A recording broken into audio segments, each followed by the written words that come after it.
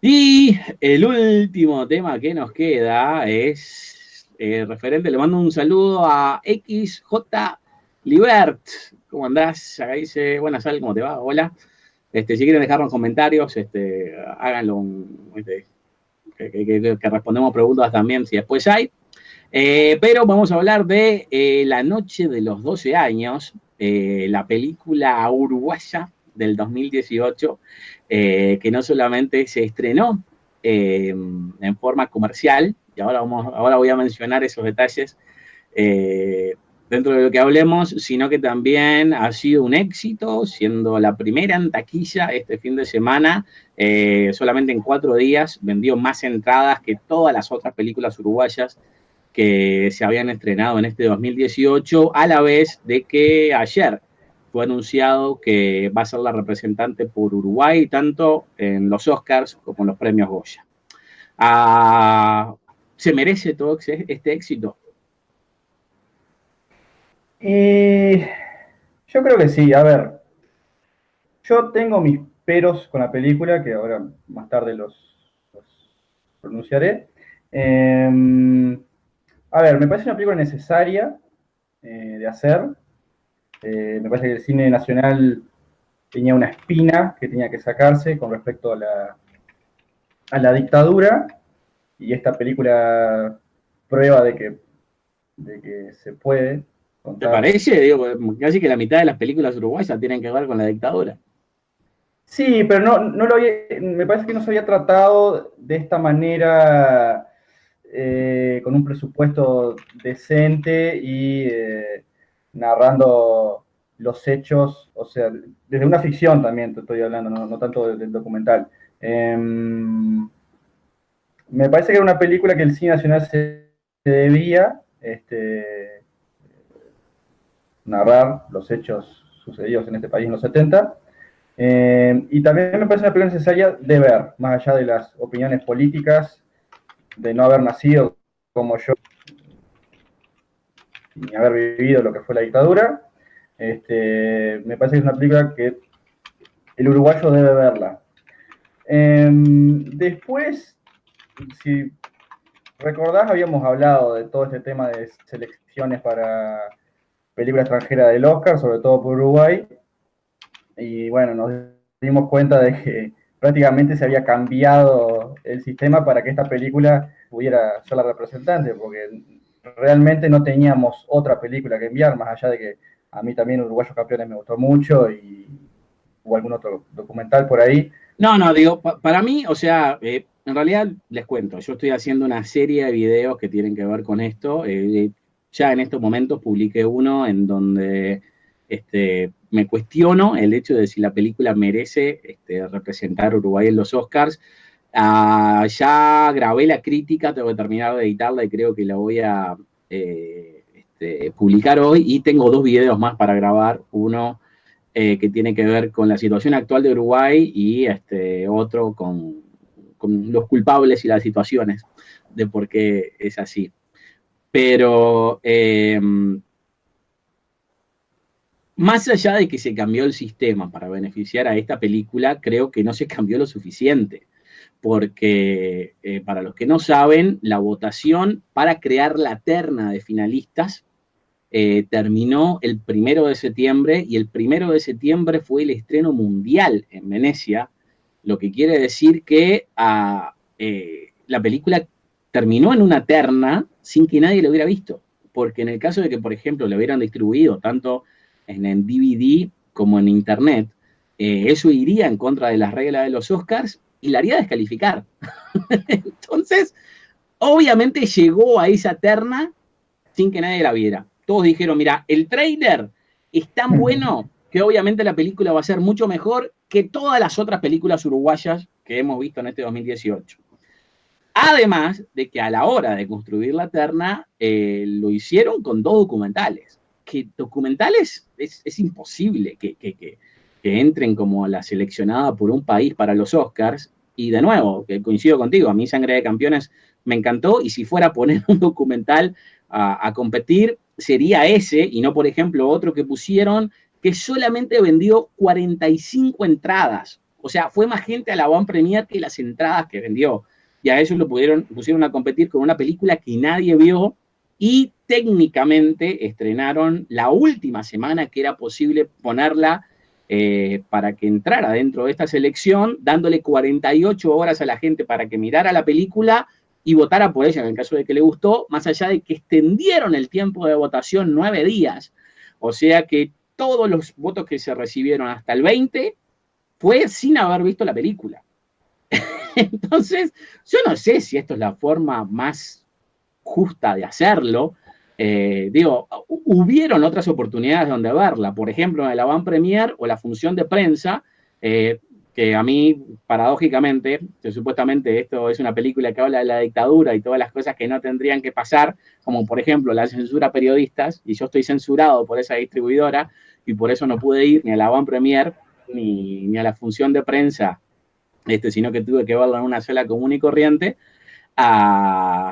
Creo que hasta ahí llega el nunca más con el que salimos de la dictadura, pero reitero, o sea, el común de la gente ni siquiera pudo ir a la Van Premier porque era para gente seleccionada y tampoco pudo ir a la función de prensa porque es para prensa. Y si pones más gente que no sea prensa dentro de una función de prensa, es una muestra pública de la película y te la hace descalificar de los Oscars.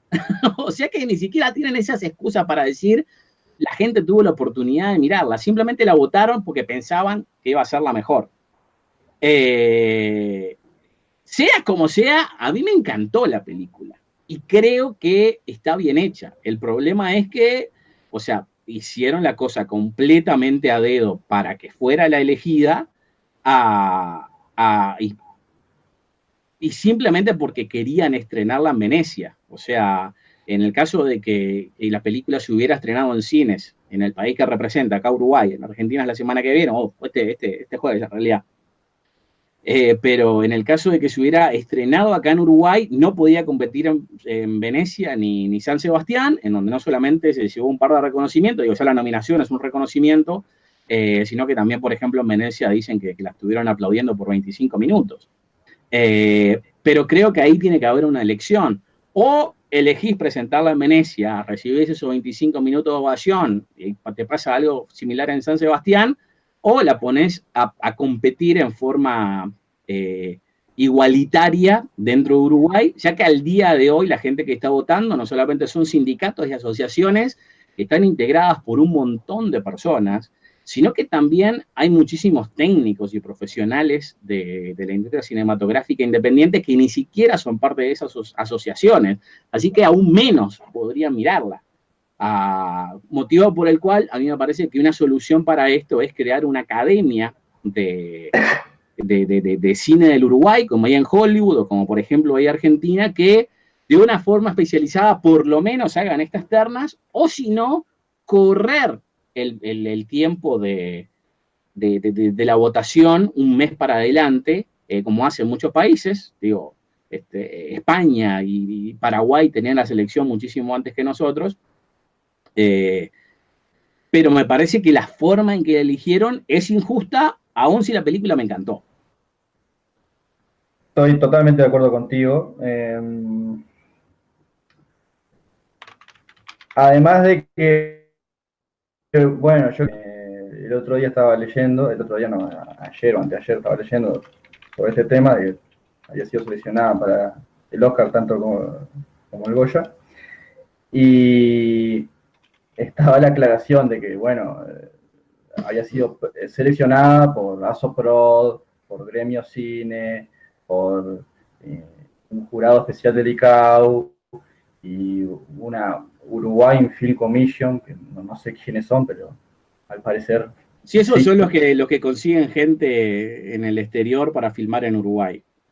Bueno, pero sí, sin duda que este procedimiento fue muy raro, para nada claro en sus predeterminaciones. Y bueno, una pena porque yo creo que para que exista una industria de cine nacional, lo primero que tienen que existir son reglas a cumplir y a seguir. Y si ni siquiera podemos plantear un proceso claro para mandar una película a los premios hollywoodenses o europeos, me parece que ya arrancamos mal. De nuevo, a mí también la película me gusta, tengo algunos problemas con cuando la película intenta ser sensible o sentimentalista, me parece que falla un poco, que tropieza. Sobre todo en alguna escena con la madre de Mujica ahí en la lluvia, diciendo, no, estoy bien. O me parece que la ¿Vos sabés inclusión que esa escena la he visto en otra película y no me acuerdo cuál? Estoy seguro que hay... Yo también, y dije, innecesario, porque sí, entiendo que es una muestra de estoicismo, y esta gente aguanta todo, y la fuerza de la madre, pero me pareció innecesario, a la vez que me pareció innecesario la inclusión del sonido del silencio, cuando se encuentran ellos tres ahí en el patio de la cárcel. Que son, me parecen golpes bajos emocionales para sensibilizar al espectador, que me parece que no deberían ser incluidos porque me parece que la historia va a emocionar ya de por sí al que la vea, porque son tres hombres luchando por vivir y sobrevivir contra todo lo que se le ponga adelante. Era eso nomás. Me parece una película muy bien hecha, muy bien filmada. Se nota que Bregner, acompañado también por muchos técnicos españoles, se nota que tiene muy buena mano dirigiendo películas. Pero ya te digo, me parece que algunos tropiezos emocionales y cierta sensiblería que tiene la película no le permiten llegar a hacer esa obra grande que quizás podría haber sido. Pero esa es mi opinión. Acá, mira, acá tenemos comentarios. Uno que le desea suerte a DC, pero el otro dice que la película por la que me censuró esta distribuidora salió en el 2015 y vamos rumbo al 2019. Si luego de 3 años no te quitan la censura, ya la lucha está perdida hasta que despidan o se muera alguien de esa distribuidora, por Dios. Gracias. Hay varios que han seguido toda la novela que se ha formado alrededor de esto. Reitero, primero, en la previa yo me esperaba otra cosa de la película, porque si uno lee la sinopsis oficial, se habla de que el gobierno hace un experimento secreto con esta gente para volverlos locos, que te da la impresión de que va a ser algo al estilo Reanimator o algo de terror psicológico, que la verdad que yo no entiendo cuál es el sentido de eso. Y después, viendo el tráiler, también me daba la impresión de que se iba a tener mucho de tortura, que por lo general es lo que pasa en este tipo de películas, que tienen que ver con la dictadura, y casi que estaba apostando que iban a tener 2 horas de picana con esta gente, pero en realidad es todo lo contrario. Eso apenas se ve. Bueno, le voy a dar más detalles si quieren ver el comentario extendido, lo tengo por ahí, pero o todavía no lo tengo por ahí, lo tengo grabado, ya lo voy a publicar. Pero yo con el sentimiento que salí, y si tuviera que reducir toda la película a una palabra, esa sería esperanza. Porque realmente no muestran nada de lo que muestran en otras películas, capaz que hasta, porque si bien tienen un buen presupuesto, no es un presupuesto tan grande como deberían. Y ya que vos sabés todo esto de cine y tenés estudios sobre la materia que yo no tengo, te quería preguntar un par de cosas que tengo la duda. Hay muchísimas historias que se saben de las cosas que pasaron en este periodo que ellos estaban encerrados. Una de ellas, por ejemplo, es el hecho de que Mujica hablaba con las hormigas. Cosa que acá, digo, no se muestra un diálogo de ida y vuelta, pero se hace referencia a ese hecho. Pero lo otro es el hecho de que supuestamente lo que se dijo por años es que ellos habían estado en unos calabozos en donde no se podían ni parar, que si caía agua los tapaba a ellos, digo, y que no se murieron de pulmonía por esas cosas. Y acá los están moviendo continuamente y solamente una de esas celdas se puede decir que es lo suficientemente chica como para que no se pararan. Todo el resto son calabozos sumamente grandes. Digo, que ni siquiera parece que estuvieran en una cárcel, sino que lo hubieran filmado en una fábrica, por ejemplo, en donde simplemente lo disfrazaron para que tuvieran todo ese espacio.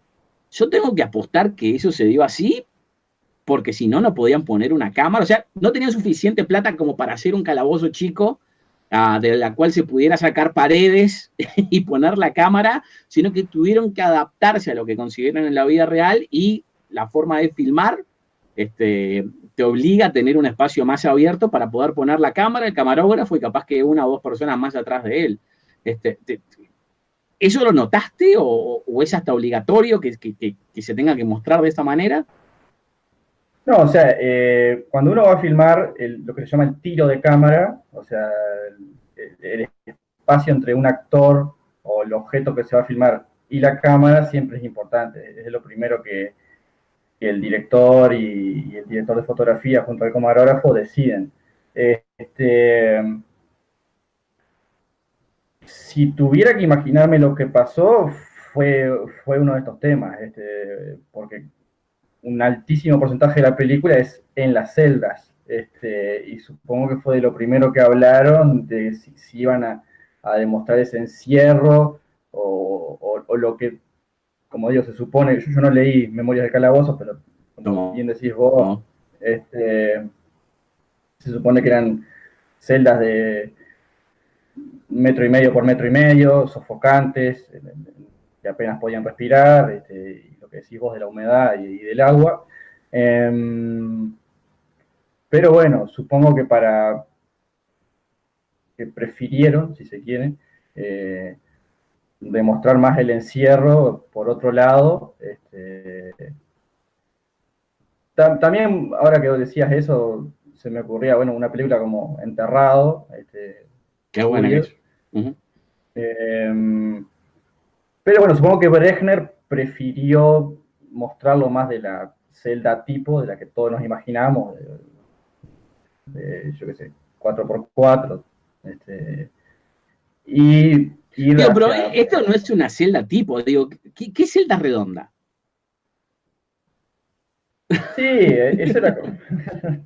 Es simplemente lo que encontraron. Por eso digo que parece más una fábrica. También.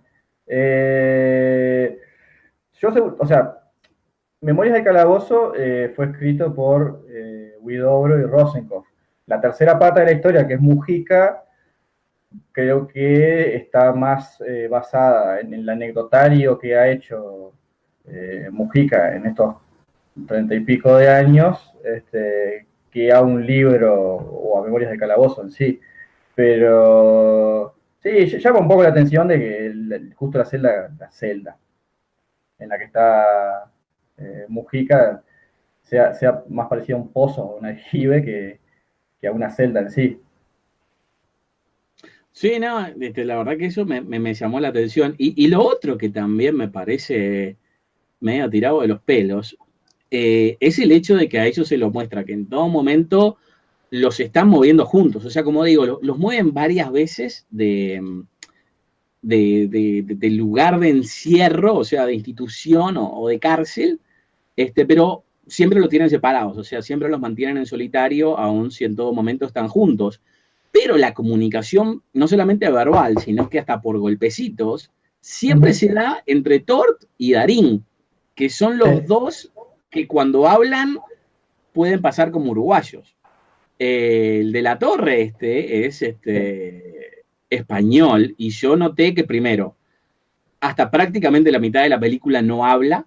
Exacto. Las cosas que dice es a través de gritos, y cuando habla, no habla imitando el acento uruguayo, sino que habla imitando la forma en que lo hace Mujica. O sea, con él, no seas nada, ña, ña, ña. Yo no sé hacer imitación. La pelea.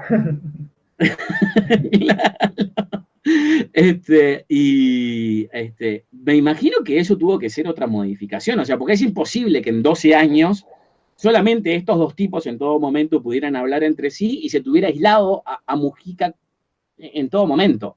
Digo, no me cierra eso, a no ser por el hecho de que el tipo no podía hablar con un acento que fuera creíble para ser de uruguayo, al menos por tanto tiempo, hasta que se nota que las partes que habla obviamente son dobladas, digo, como pasa con la mayoría de los actores españoles, en donde si vos ves lo que hacen dentro de una película de Hollywood y después la forma que hablan en las conferencias de prensa son prácticamente el día y la noche.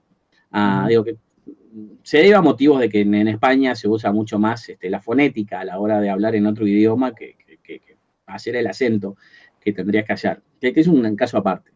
Pero yo creo que eso también tuvo que ser modificado por el problema de que este tipo no podía hablar en español, porque si no, no me cierra que Mujica, por más que siempre esté ahí, nunca hable con los otros y la única vez que lo escuchan es cuando está en este calabozo y que simplemente grita. ¿No te pareció extraño? No, a mí me llamó mucho la atención. Durante toda la primera hora prácticamente no habla, a no ser los gritos que se escuchan en su mente, o hay una breve conversación con la madre, que es imaginación de él, más allá de que después sí habla con ella. Durante la primera hora habla muy poco y me dije a mí mismo, qué lástima, no dio con el acento, qué lástima que lo desperdiciaron, porque es un gran actor, Antonio Latorre. Más sobre el final, sí se le puede escuchar la voz. Está la escena con la madre, ahí cuando charlan brevemente en detención. Después está la escena cuando lo capturan, en el que también habla unas 5 o 6 palabras, y está la escena que vimos en el trailer con Soledad Villamil, la psiquiatra. Que bien, sobre el final dije, bueno, sí, tal, le salió una bastante buena imitación de un proto Pepe, porque no es full Pepe, no sé qué, no sé nada vos, sino que, dame la pelera, no sé qué, hace años que no leo, bueno. Yo salgo satisfecho con la interpretación de Latorre, pero sí, sobre la primera hora me llamaba mucha atención cómo tiraron más el protagonismo sobre Huidobro y Rosenkopf, sobre Tort y Darín, y a él lo dejaban como la tercer pata que quizás rayaba más la locura, porque su personaje imagina de que la CIA le implantó un aparato en el oído o algo así, no deja de dar vueltas, tiene visiones de la madre, pero prácticamente no habla. Y durante esa primera hora me lamentaba de que lo habían desperdiciado. Pero bueno, más sobre el final me pareció interesante el lado que le encontró Antonio Latorre. Como te decía antes, el libro está basado en las memorias de Huidobro y Rosenkopf. Si bien se supone que a los 9 tupamaros que toman de rehén la dictadura, los movían de grupos de a 3 y supuestamente, además de Guido y Rosenkopf, esa tercer pata era Mujica, que demuestran que se comunicaba con ellos dos, pero habría formado parte de ese trío.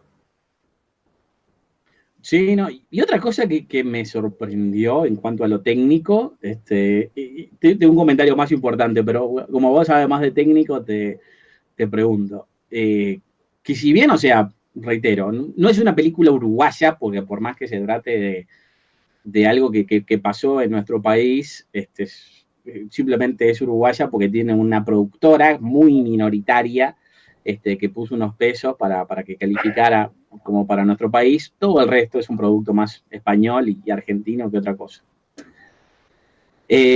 Pero aún habiendo mucho más plata que en el 99% de las películas que tienen algo de Uruguay, hay un aspecto notable en los actores. No te quiero dar muchas pistas, a ver si notaste lo mismo que yo, que me pareció muy malo. Técnicamente, ¿qué pensás que puede haber sido? O capaz que lo notaste. En el aspecto actoral, Sí, es algo técnico. O sea, no, nada te llamó la atención como que estaba mal hecho, mal puesto. eh,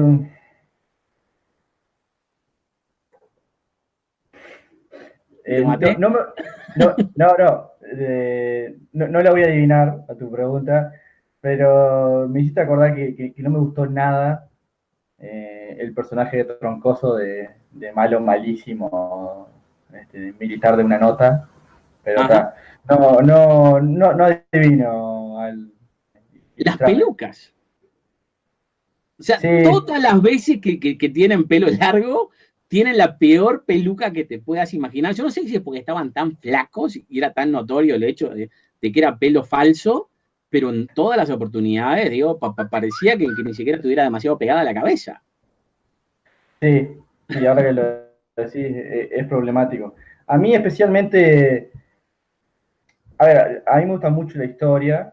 Eh, Rosenkopf ya era cuarentón cuando vemos estos hechos y me parece que al chino Darín, por más de que le pintes la barba de blanco y los pelos de blanco, sigue teniendo esa cara de veinteañero muy Eterno. juvenil. Exacto. Eh, sí me pareció bastante notoria la peluca y alguna otra cosa más en la escena en la que aprenden a Mujica. Hay un breve tiroteo. No, y sobre todo Y también después cuando Mujica, creo que más adelante en la película se mira, está todo canoso, se mira en un espejo, que hasta es parte del tráiler. Pero es no, espantosa la peluca.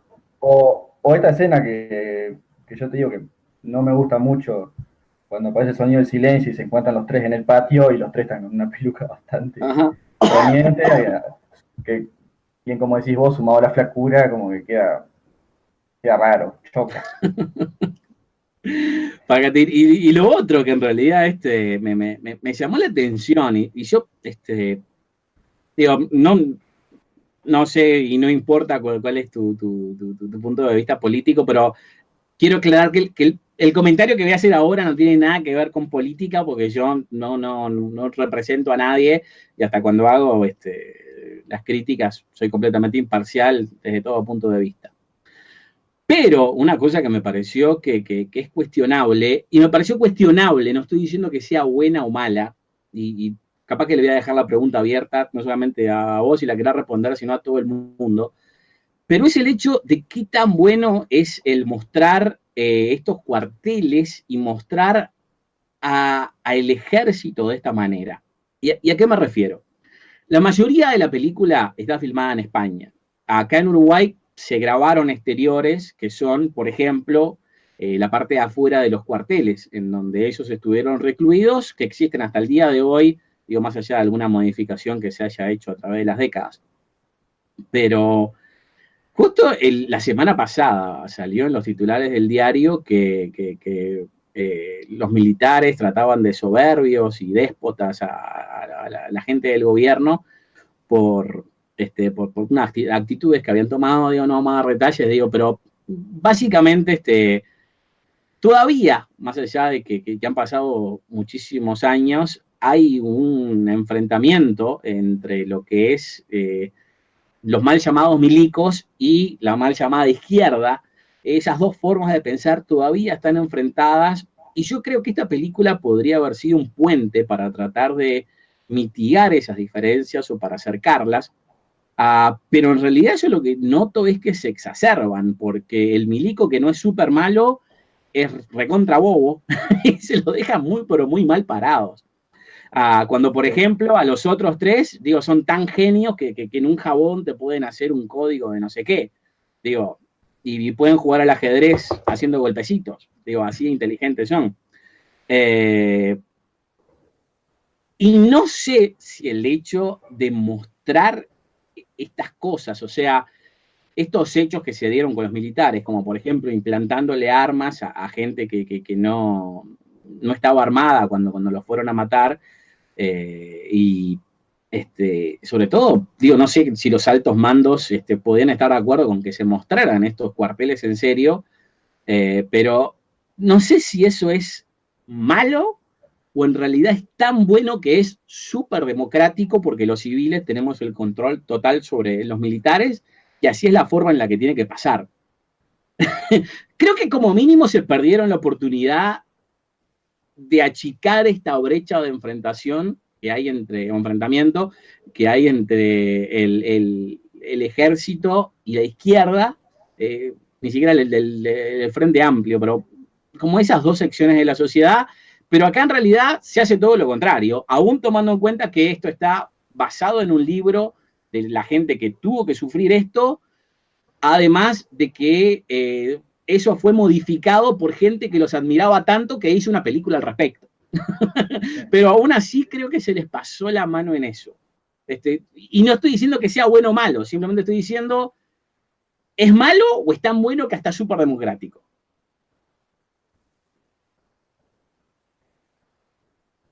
Es interesante lo que decís vos, porque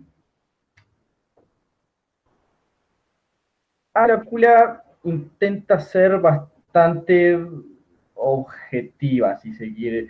Yo previamente no. Para mí la película no es panfletaria, de hecho, como digo, es bastante objetiva, pero sí en las semanas previas a verla pensé que podía tener algún efecto propagandístico.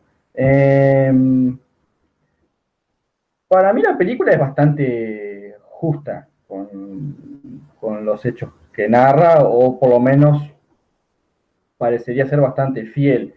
Sí, un detalle que no me gusta porque me parece que toma el camino del correccionismo político, es la típica inclusión de, bueno, como te dije, el militar malo, malísimo, que es troncoso, y después tenés varios militares nabos, y después tenés un militar que es un sargento que quiere que Rosenkopf lo ayude al escribirle una carta para la novia y demás, y se forja una especie de amistad ahí, que lo hemos visto en muchas de estas películas, ya sea de cárceles o de encierro o demás, que el cautivo se hace amigo de uno de sus opresores y gracias a eso logra eh, alguna ventaja o lo que sea, bla, bla, bla, bla. Más allá de eso, me pareció una película que intenta hacerlo lo más justa y clara con los hechos históricos. Sí, digo, por lo general, cuando están peleando un país contra otro, en una película, se puede mostrar un país súper malo y a un país súper bueno. Que depende del punto de vista de cuál sea el país que está contando la historia.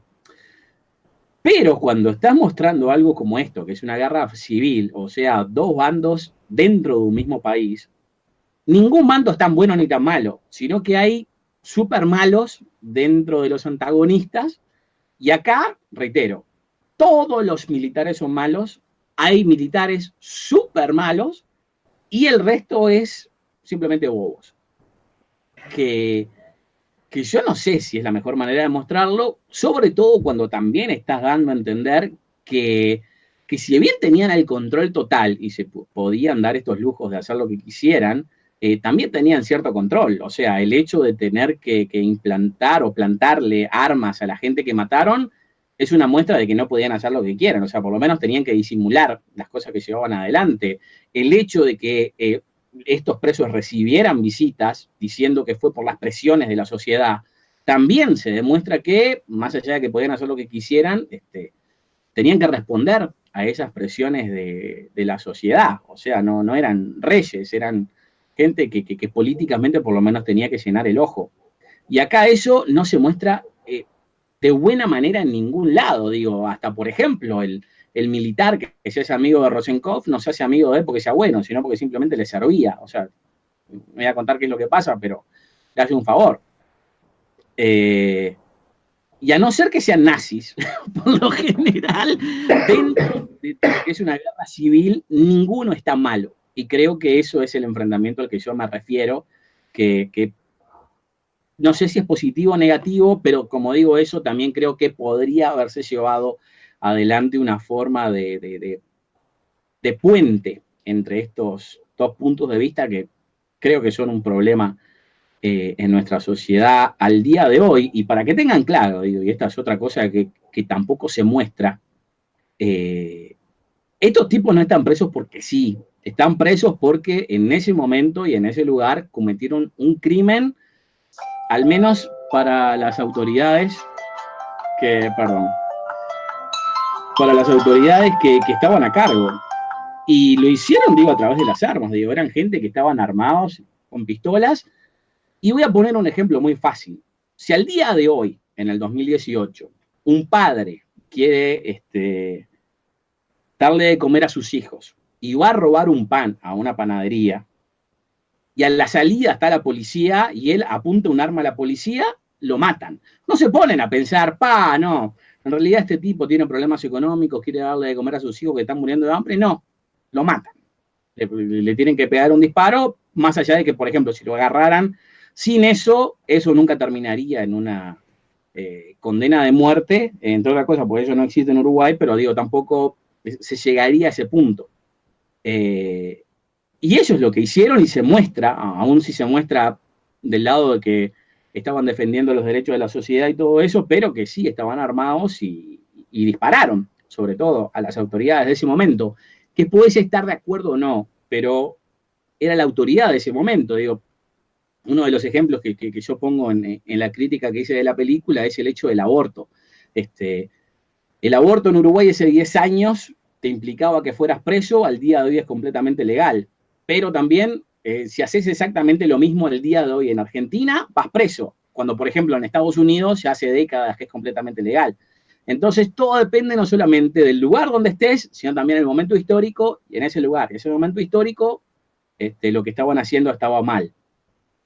Donde se les pasa la mano es en el castigo al que son sometidos. O sea, yo no sé cuál fue, y esto capaz que te lo pregunto a vos si es que sabés, pero yo no sé cuál fue el castigo que le dieron una vez que los agarraron. Pero lo que recibieron fue tan, pero tan grande que, digo, no solamente es inhumano, sino que excede cualquier castigo para cualquier pena. Digo, era mucho mejor matarlos en mi humilde opinión. Y sobre todo ellos creo que no sabían cuál era el destino que iban a tener. Digo, no es que le dijeron, va a estar 12 años pasando de la peor manera posible, pero a los 12 años de un día te vas a liberar. No, ellos en el año 1, en el año 2, en el año 5 no sabían si esto iba a tener fin, y creo que eso se retrata muy bien. Pero como digo eso, también hay que decir que no es que estuvieran en esa situación porque eran inocentes, y esa parte es otra de las cosas que se omiten completamente cuando creo que habría una mejor forma de demostrarlo. Digo, yo veo que acá, que por ejemplo, cuando agarran a Mujica es en una situación de tipo Star Wars en Who Shoot First. O sea que los militares le disparan primero, él dispara porque dispara, y después le pegan como 4 o 5 balazos en el piso. O sea, se les va a recontra la mano de nuevo con la reacción que tienen que tener. Pero obviamente el hecho de por qué terminan ahí, creo que también tendría que haber sido contado, y si bien se menciona, es medio dentro de la locura que están viviendo y se muestra completamente desde su punto de vista como inocentes. Pero creo que esto creo que va en respuesta a lo que vos decías, que se muestra en forma justa. Para mí eso no es una forma justa. Yo creo que la película, dentro de las formas que podía tener, o sea, yo tampoco me imaginaba que fuera una película anti-Tupamara o anti-izquierdista. O sea, eso no, o sea, las imágenes que habíamos visto, más el saber que estaba basado en Memorias del Calabozo, prácticamente descartaban esa idea. Pero me parece que termina siendo un retrato mucho más justo del que yo me imaginaba. O sea, quizás a alguno le pueda parecer, no, bueno, no es nada justo con los militares o al revés, pero de nuevo, me parece que termina siendo una película bastante objetiva en los hechos narrados, más allá de, como bien vos decís, no vemos en ningún momento los crímenes que el MLN cometió. A ver, yo hace un tiempo hablaba con algunos amigos míos, también veinteañeros como yo, y como que existe esta idea de que, bueno, los Tupamaros eran luchadores de la libertad, y algunos de mis amigos creían que de hecho habían aparecido después del comienzo de la dictadura. Pero bien, como sabemos, no fue así. Sí, no, bueno, acá, digo, ni siquiera voy a decir que diferimos, porque creo que eso depende de tu punto de vista. Obviamente, hasta podría haber sido más flechada la cosa, pero como digo, eso también creo que se perdieron la oportunidad de no exacerbar el sentimiento que obviamente todavía existe dentro de estas facciones que hay en Uruguay. Y hasta creo que eso se podría haber subsanado con el final, con esa frase, te deseo lo mejor, porque la situación que se presenta, digo, hasta podrían haberlo hecho diciendo que el militar lo deja ir porque no tiene más remedio y te voy a liberar, y digo, capaz que no tendría que haberle pedido perdón, o por ejemplo, yo agarraría hasta el militar bueno o alguien que se hubiera visto al lado del militar bueno, y hubiera tratado algún tipo de disculpa en ese momento, pero a cambio de eso, lo que se le dice es, te voy a agarrar afuera. Entonces, por eso digo que exacerba cuando tenía la oportunidad de mejorar, de hacer algo también, no sé si llamarlo positivo o negativo, pero algo que juntara o hiciera un puente, y creo que aporta el sentimiento de división que sigue existiendo, cosa que no sé, que algún día se contará de otra manera o no. Capaz que está la manera más justa y yo me estoy equivocando, lo que es muy, pero muy probable, porque pasa continuamente. Juan, antes de eso, ¿cuánto le das del 1 al 10? Un 6,5, 7. ¿6,5, 7? Yo le di un 8. Yo le di un 8 Claro. y me quedé con ganas de aplaudirla. ¿Vos dónde la viste? Yo la vi en la función de prensa el lunes de la semana pasada. No gustó mucho, me parece, más allá de lo que escriban después. ¿No? Sí, ya te digo, Sí, no. la reacción no fue la más optimista. Asumo que no aplaudieron. No, para nada. ¿Y has escuchado en las salas si la gente termina aplaudiendo o No, no? no, en la sala ya te digo, la mitad de la sala sale llorando, aplauso fervoroso al finalizar, ¿Sí? y mucha gente, te diría 15, 20 personas, o hasta veces más, se quedan a ver los créditos, todos los agradecimientos, todo. Sí, no, bueno, a mí me pasó una combinación de todo eso, digo, porque yo no tuve la suerte de ir a la función de prensa por esto de la censura, pero al terminar, bueno, antes de terminar, como de la mitad para adelante, al lado mío tenía un tipo que tendría más o menos 45 años, que se la pasó llorando, pero se la pasó llorando que yo lo escuchaba, al punto de que yo, pues, casi le digo de hablar con él porque pensé que tenía algún tipo de conexión con la película o algo por el estilo, pero al final no lo hice porque cuando estaba terminando la película yo también, digo, quedé medio ahí al borde de las lágrimas, no lloré, pero me faltó esto, así que digo, lo entendí.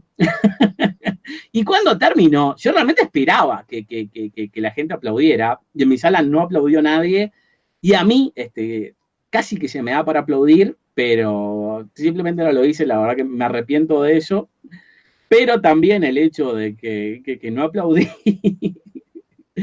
está conectado a que apenas terminaron los créditos, la gente empezó a hablar y el que tenía justo atrás empieza a hacer una anécdota de que Troncoso era su ex suegro.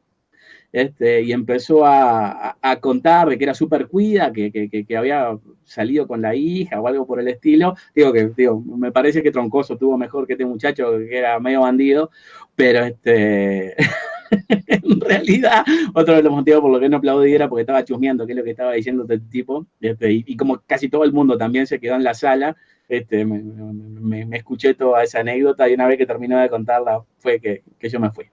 Así que una de las cosas que uno se termina enterando por no dar aplausos. Muchísimas gracias por haber llegado hasta el final de este video. Por favor, no te olvides de suscribirte cliqueando en este icono que te va a llevar a la página principal del canal, así podés recibir las notificaciones de nuestras novedades y transmisiones en vivo al cliquear en la campanita, ya que el sistema de YouTube cambió y no alcanza solo con suscribirse para estar notificado. Recordá que siempre podés dejarnos un comentario, acceder a nuestras redes sociales o ver los últimos videos de noticias, trailers, comentarios de estrenos y nuestro programa semanal sobre el mundo del cine para que la sigamos pasando de película.